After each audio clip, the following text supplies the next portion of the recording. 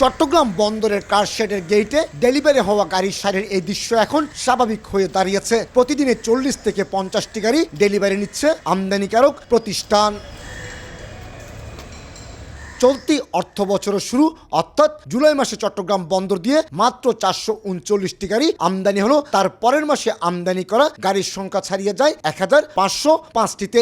সবশেষ ডিসেম্বর মাসে এসেছে 1058টি গাড়ি। সেই হিসেবে গত 6 মাসে 16টি বিশেষায়িত রো জাহাজে করে 841টি ব্র্যান্ড নিউ এবং 6225টি রিকন্ডিশন গাড়ি আমদানি করেছেন ব্যবসায়ীরা। খুব দ্রুত সময়ের মধ্যে এই গাড়িগুলো ইদানিংকালে ডেলিভারি যাচ্ছে। অ্যাজ অন টুডে আমাদের গাড়ি মাত্র 471টা গাড়ি আছে।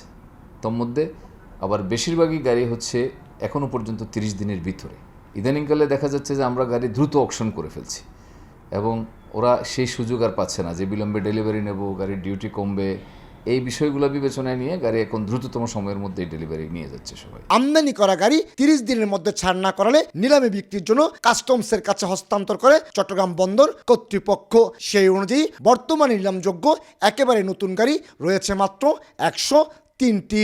চলতি 2025-26 অর্থ বছরের প্রথম 6 মাসে গাড়ি আমদানি যেমন রেকর্ড ছাড়িয়েছে, ঠিক তেমনি সমান তালে চলছে ডেলিভারি।